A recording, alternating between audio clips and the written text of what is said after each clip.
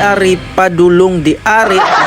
pusing hasta akong anak padulong pa jud di aring dapita sa giitawag nila og night market hangtod di ari aning mga unta aning mga pagkaon nga perteng mga lamia nga gikan didto. Matay kulpirte jud kining mga lamia ba. Automatic kulpirte jud kining mga lamia ning mga pagkauna nga atong napalit diring dapita kol. So automatic kol biyahe na ta kol para makapalit aning mga pagkaon nga atong gi-crave karong gabi una. Ug di ara kol daan ako diring dapita kol mopalit na kog mga pagkaon nga ato ang gi-crave karong gabi una. Kana kol palit jud kol kaon jud ayo kol. Lagi kol kaon jud ayo kol kay humana mamig palit kol wala na ako gipakita kung ko ning palit basta ning palit ko mao na among gipambitbit. So karong gabi una kol manguli na mi kay amo na ning kanon sa balay kay lagi kay gipanggusla na ni sila. Bitaw kol murag gigutom na jud pud ka nang dapita kol no. Wala na kol gigutom na jud ning tawhana kol gigutom na jud kaayo ang akong tiyan o nara akong asawa ni Ismail pa umatik wala na daghang istorya biyahe na ta pauli kay lagi kay gutom na pud kaayo ug wala na daghang langan aning kalakihan ni kay lagi kay biyahe na pud tao kita na ninyo